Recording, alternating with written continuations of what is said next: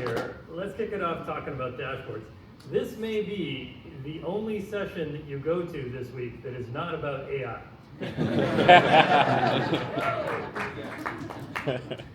So here comes some water. I am Dave Hansen-Lang. I'm the Director of Technical Strategy at Four Kitchens. And I have been crafting stuff at Drupal for about 20 years. Thank you, Jojo. You're welcome. And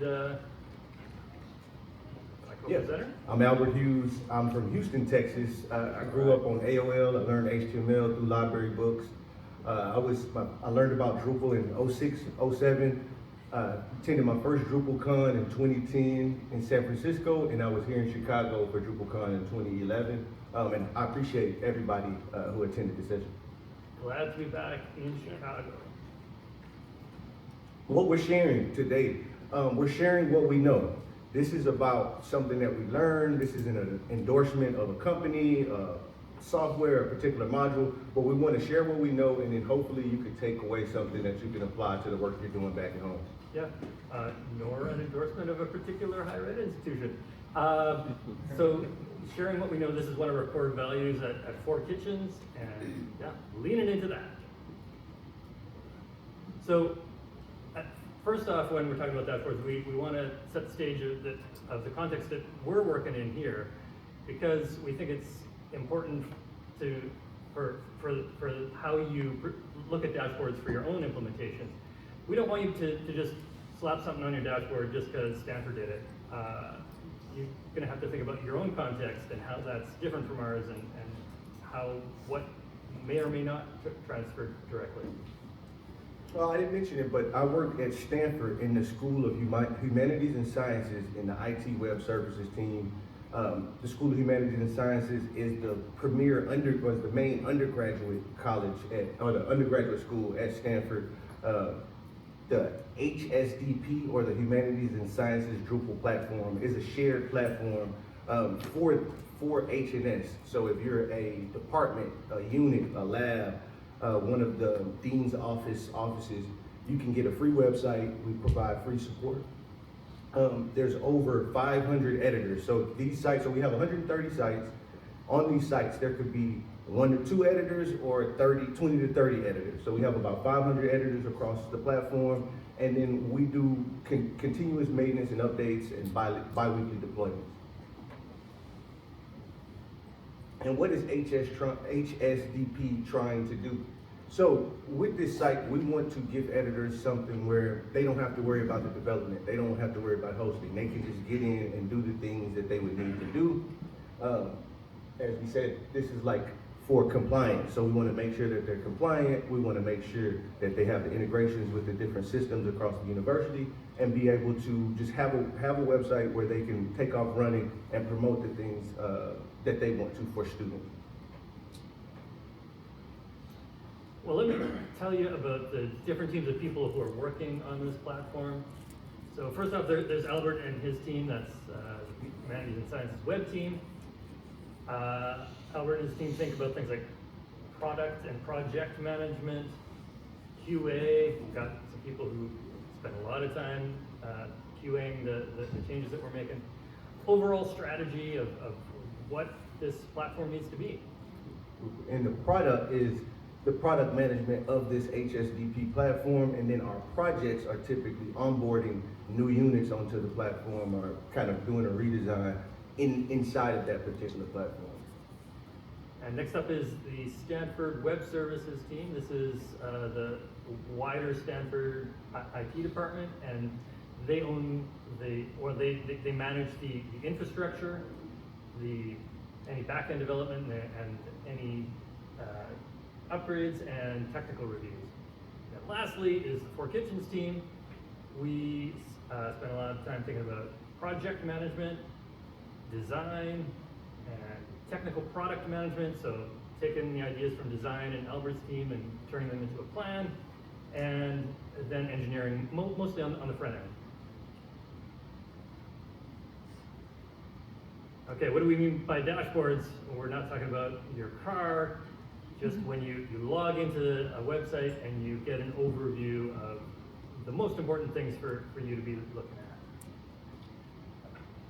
Life before the dashboard was a little chaotic. When I first started at Stanford, I would attend a team meeting and we had a full-time contractor, and every weekly update I would hear like, I'm working on the maintenance report. Like, okay, next week I'm working on the maintenance report. And so I didn't know what this maintenance report was. And so when I figured it out, for our 130 sites, we would do exports of broken leak reports out of Site Improve. We would ask our dev to run a report to give us every user with a certain role across every site. We do accessibility checks.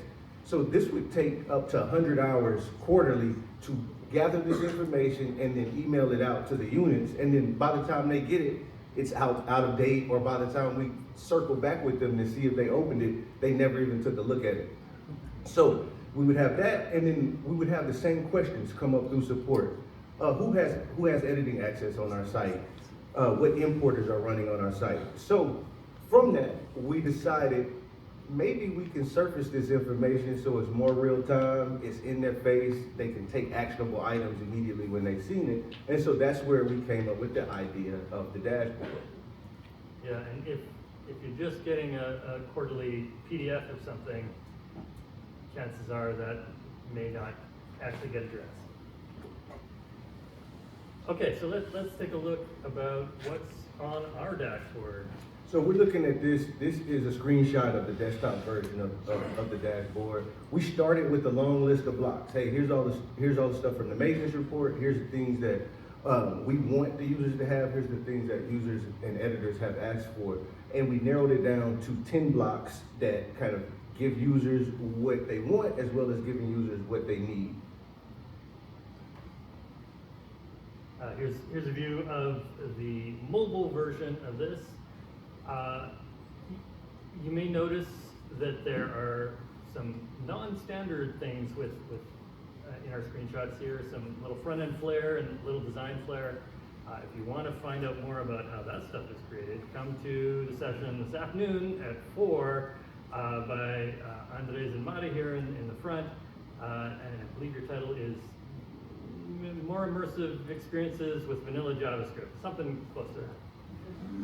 But the dashboard as a whole is built with the dashboard module, singular, different from the dashboards, plural module. Singular dashboard is pretty new and was included in Drupal CMS. 1.0 was when the 1.0 release for dashboard module was.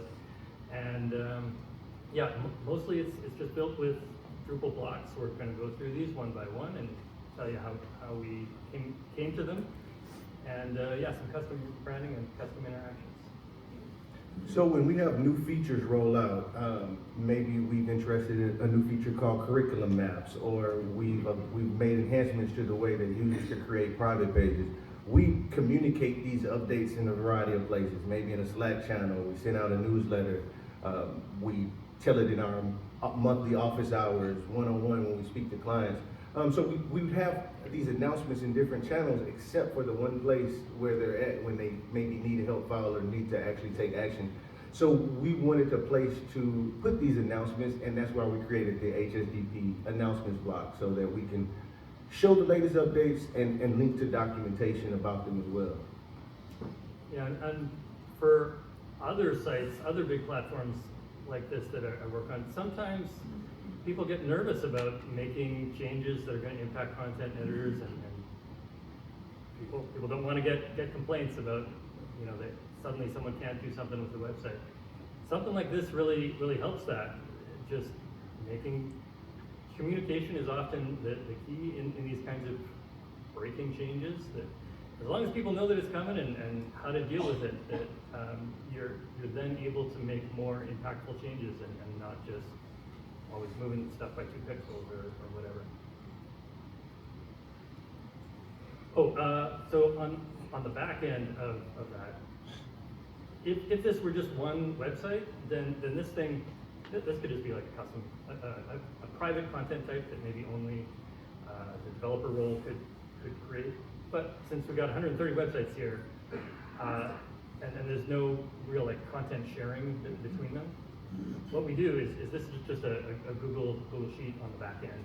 And if you change the URL of a Google Sheet, you can get it in CSV format. And so then there's just a bit of custom code to turn that into a Drupal block.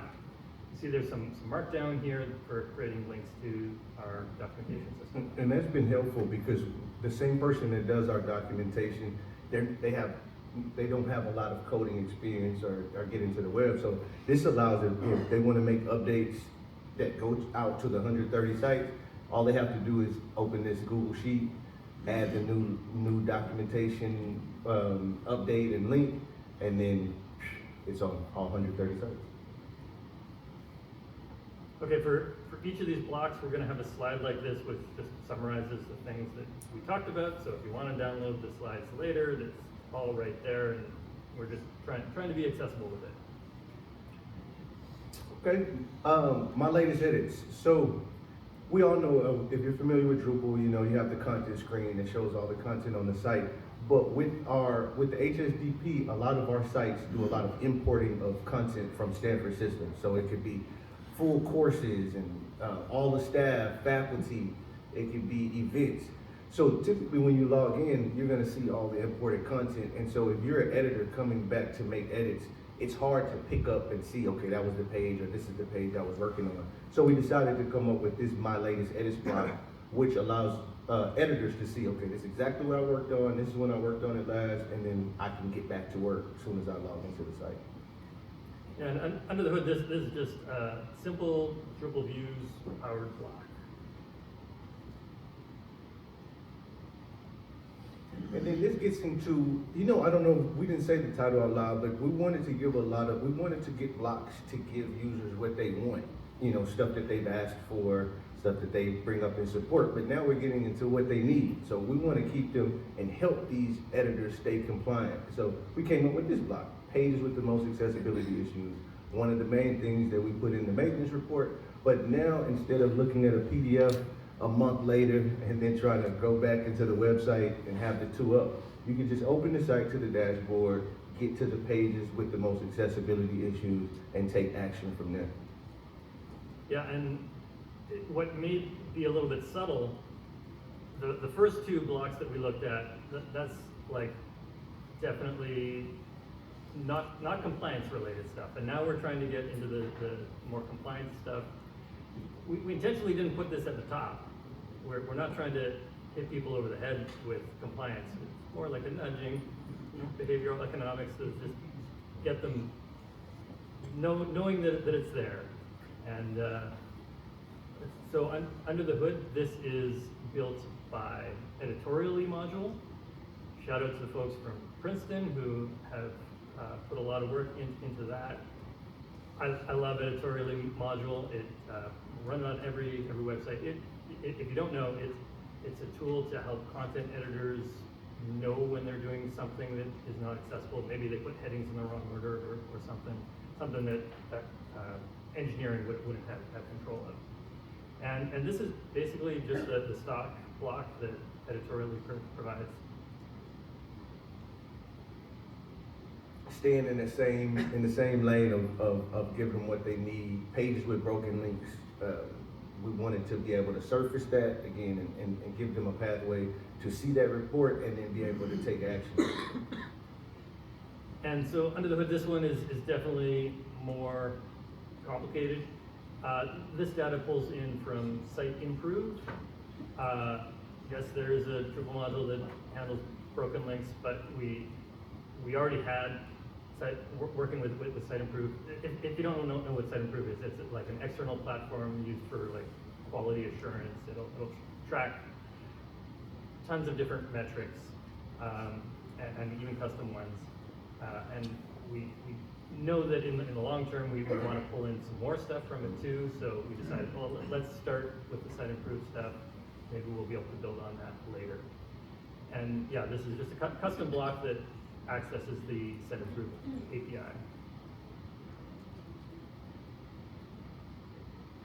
What you see here is on the left, a imported profile, and on the right is a profile that was created manually by a site editor.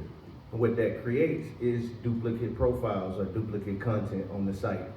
So a lot of time new staff join, or like a new faculty member joins a department, they want to get them on the website. An editor may not know if the site has an importer set up, or the steps to get them in the right work group to get imported into the site hasn't been set up, so they may go create a profile. And then somebody else goes set them up in the work group, then that profile gets imported. And so then they don't know which one should go live on the site, and then you have instances where they're like, we made updates on the Stanford system, but we don't see that reflected on the site, or we made the update on the site, but the profile on the staff page doesn't match that. So we wanted to provide a way with the duplicate profiles block where they can quickly identify, okay, we have pieces of content for people profiles with the same name, and then take an action, which we try to put in the block to unpublish or edit and make those changes. So this is one of those tools to help them with those issues that they come across. Yeah, and we're definitely trying to, like Albert said, nudge content editors. Oh, there's an unpublished link here. Oh, that must be what I'm supposed to do with the one that I don't want. You might think that this is created by views. When we get into like finding duplicate content, that's a little bit more complicated than you could easily do with views. I'm sure you could do it if you really tried. But because we're like matching on things like email address or first or last name and trying to find multiple duplicates, we did this with custom queries and an entirely custom block. Anybody familiar with entity queues? Okay. Yeah, we are too, and we use them. But when our editors see them, they really don't know what that means. And what they really want to do is reorder a list of staff. So maybe the program leaders at the top and everybody else they want listed in alphabetical order or some type of way. So we would use entity queues and allow them to go to those pages to see, but they'd have to drill down in the menu, and then the names could be confusing. So we did two things on this block. One, we renamed the interface so you see a different name that's more common, like a reorder profiles and other listings, and then the users can see, okay, here are all the lists that I have access to, and then they can quickly get to that list and reorder as they would like. And this is one of those scenarios where if we were to go back in time 8 years when this platform was created, maybe we wouldn't use entity queues, but we're here now. But so let's like try and make that technical complexity as straightforward as we can for our editors.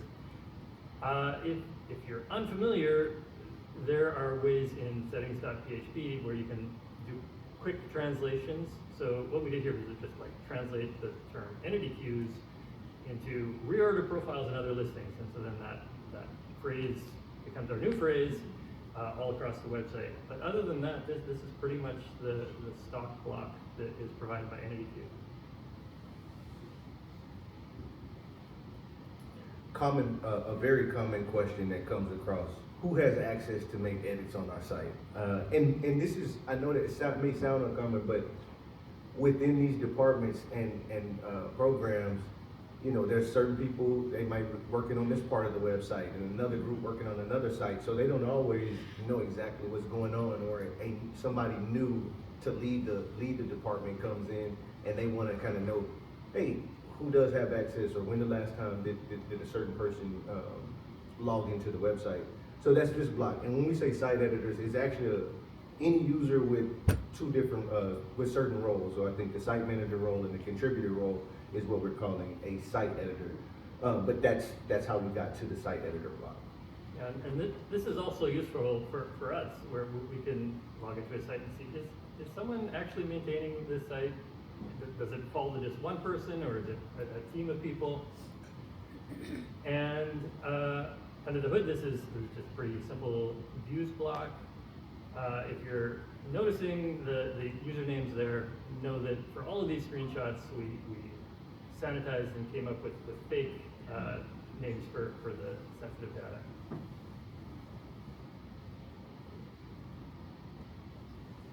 Importers. So at Stanford, we're importing Stanford events, Stanford profiles, and courses.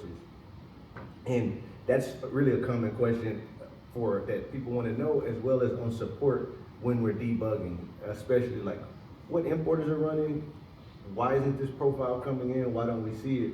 This allows editors as well as the HNS web team to quickly log in and see, oh, these are your courses. You can have certain, what course tags are being used to pull in certain courses, what tags and what type of work groups are pulling in people, and then from what departments are our events being pulled in.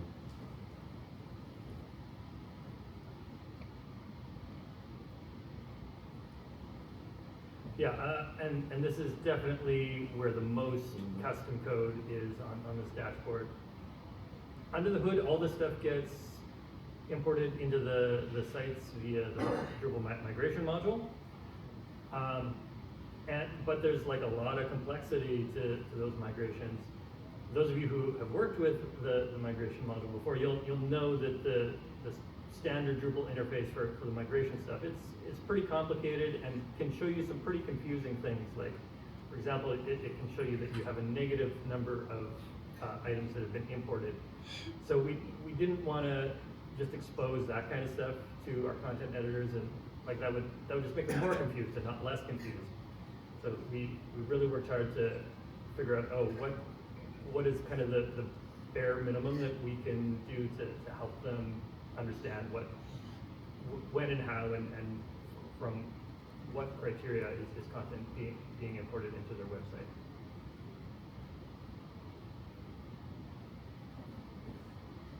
And then this gets back to more of what they need. Design settings. On our platform, users can choose, or sites can choose between two themes, colorful or traditional. And then within each theme, you can have a variety of about 6 different color pairing options. So when it comes to debugging or figuring out like what theme are they on, which color pairing, usually you have to take a journey through the admin menu and appearance, theme, and about 10 different clicks. And this just puts it right here on the dashboard. So I've used it more so where it's like, okay, what theme they have? I could just go to the dashboard, see it right there, and get to debugging or communicating. So we wanted to bring that, as well as we have a few design options now, like in animation enhancements. We may have more in the future. So this kind of gives us a base to communicate those site options that are going on the site. And then the university policies block is more that giving them what they need. Links and common links that are asked, or can we do this, or are we allowed to do this within the university guidelines? We put those common links right there on the dashboard block as well. Yeah, and that first block on the left, the design systems, this is some site-wide settings that we want them to know about and know that they're there, but not change on their own. We don't just want them to change the site theme willy-nilly.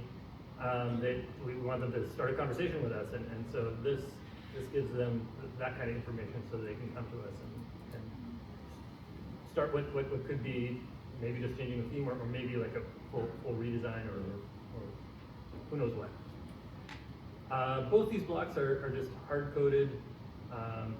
Again, if this was just one website, maybe these could be some views content blocks, but because we want to, these are rarely going to change, and so this is custom code that we can just push out to all the sites. Yeah, right there in the design settings block, there's a link. We have a test reference site where you can go to that site and then change the theme and change the color pairings and get a preview. So like Dave was saying, that's a place where they can go and say, okay, I'm currently on colorful cardinal. Let me look at a reference site, look at some different color pairings, look at some different options, and then start that conversation if they want to look at something different.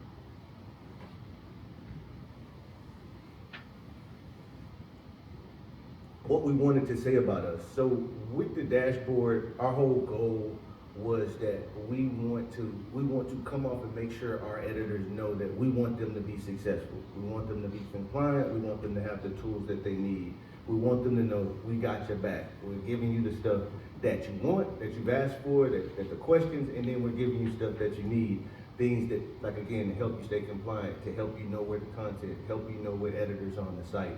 So that's what we wanted to do, and that's the what we want them to say about us or kind of feel from once they see and know the dashboard. Yeah, because the dashboard is gonna explicitly say what's important to your organization. And so, yeah, as you're all thinking about your own dashboards, what do you want it to say about you? So the question of, has the dashboard been successful? Well, one thing I know, it has eliminated the need for manually generating those maintenance reports. That was 100 hours a quarter. So I think being able to move that time away from generating the maintenance reports to maybe even taking that time to help units, debug or fix the stuff that's on the maintenance reports. We could shift that time from just communicating and telling you what you need to fix to maybe having more time to help these units fix those issues. I think that's been tremendously successful. And then site editors, when they know about the dashboard, every site editor I've talked to that either saw it or when I show them for the first time, it's like, wow, everything I need is right here, and they love it.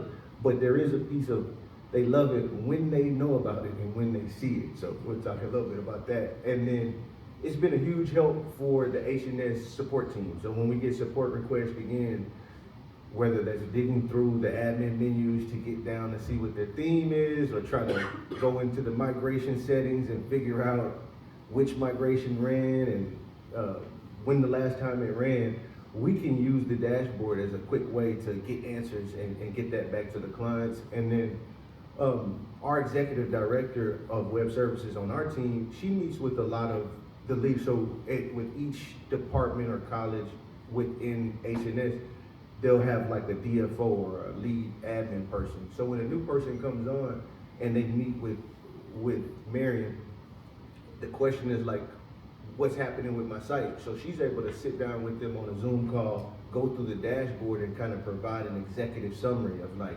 here's all the site editors on your site, here's your importers, here's where the links. So now they have a quick reference to go and see all the information and the questions that they may ask to get up to speed. And I think another way to say what you're saying, Albert, is yes, it's been successful for both editors. It's making their lives easier. It's also making our lives easier and making the whole platform more effective. Let's talk about what's not on our dashboard. You may have already been thinking, oh, well, I didn't see any of this on it. Let's go through that.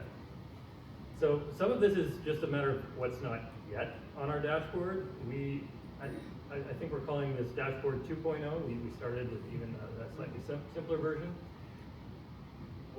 Some of this is ideas for dashboard 3.0. You notice there isn't any marketing kind of blocks on here about like conversions or something like that. And this is definitely comes back to what context are you in? For some of our other clients, that sort of thing would definitely be foremost in their mind for a different kind of platform. There isn't any analytics about site visitors. I would love to get something on here eventually about like which pages are people spending the most time reading, so that faculty are trying to share their work with the world. We can see which kind of articles are getting read the most. Nothing here about technical performance, about site page speed or anything. That's probably not useful to our editors. We also don't have any overall site stats, like your site has 432 articles. That's probably not useful for them either.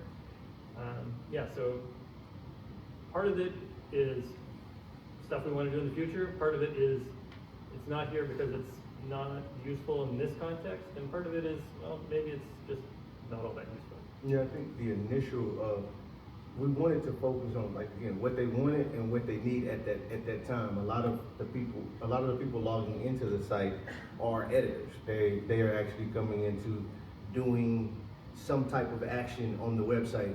Many of times it's not their full-time role to do website stuff. So they're on there to add an event. They're on there to update a person profile and look at that kind of stuff. So our initial steps were let's get the stuff from the maintenance report. Let's make sure that's on there. Let's get some stuff that people ask for through support, and then let's start there. And so, like I said, I think we have some ideas and some things that we want to continue to expand out, especially around those analytics of pages that are performing. Well, let's take a look at what's next. Yeah, I think I briefly mentioned it. Communicate and educate is a place that we really want to continue. So we did a lot of work on the dashboard. People who see it love it, but I have talked to units in there like, oh, I didn't know about this. So a place that we really have to do a better job is continues to give people, educate the mindset, because I think a lot of our users, again, they come to the website to make edits, so they may have a certain pathway, or they're looking at some instructions, log into the site, go to this page, make an edit, and they may not know, okay, I have this dashboard that I can go to get this information.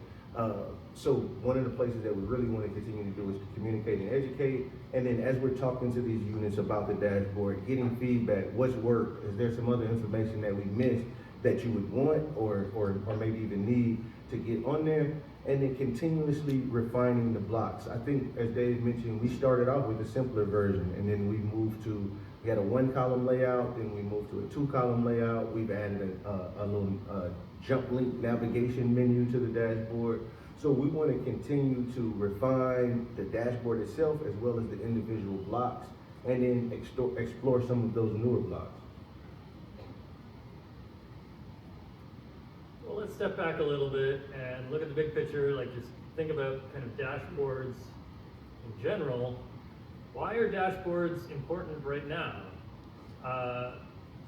There's a lot of people in this room, and so like you all must be interested in it. Why right now? And let me first speak about why is it become important on this particular platform right now. And I think part of it is that the platform's getting fairly mature, and we're in a pretty good groove on the front end stuff. We're creating new components, we're refining existing components, but yeah, like we're kind of in a groove about that through our design and engineering cycle. And so it feels like we have solved the problem about how to make it look good. And so now we kind of need to think about bigger questions about, are we successful overall, and look at what does successful mean from many different vantage points. And so that's why I think the dashboard on this platform is important for us in this phase of its life. And then thinking about for you all and the wider web community, I think this topic is becoming more and more important, because in general, we're not just tearing down sites every 4 years anymore and rebuilding them from scratch. You're all working on long-lived projects that you're encountering the same sorts of things. How can you make sure that the product overall is being successful? Some takeaways. I think one thing to think about is there any repetitive things, is there repetitive questions or things that you have to continuously go back to that you may be able to offload to put onto a dashboard? Can that save you some time? What are some of the important things that editors keep forgetting about, or like every time they need to put the certain something with accessibility or something that they should keep in mind? Is there a way you can take some of that stress and move that to a dashboard? And then I think for us that was very helpful is we just did it, because there was a lot of talk at first of like, okay, can we get all of these blocks on there? Should we wait? And it was when we just decided to say, let's start small, let's figure out some blocks that could just save us some time, whether that's starting with the announcements block. Let's do the reports from site improve or editorially. We know that would help us eliminate time. Even if we just started with that by itself, that would be a tremendous help. So when you go about this and you're thinking about what you can do at home, it's like, is there a way you can just start small today? Is there something very simple that you can get started with to create a base and then build from? Yeah, and if you think back to those 10 blocks that we showed you screenshots of, they're not flashy. They're mostly just tables, and yet we feel that it's been successful and helping the platform be more successful. And so don't feel like you need to overcomplicate things. Definitely, if you don't have a dashboard at all right now, like anything that you come up with is going to be better than what you got now. And so, yeah, don't overthink things. Don't feel like you have to make it 100% perfect. Just take things in small steps. Keep iterating. All right. Thank you very much. Throughout the conference, you're going to see at the end of every presentation a QR code like this. Please, this is your opportunity to give us feedback, Albert and I, about like what could we do better in our presentations for next time. I'd love to get your feedback, and also let's open it up for questions.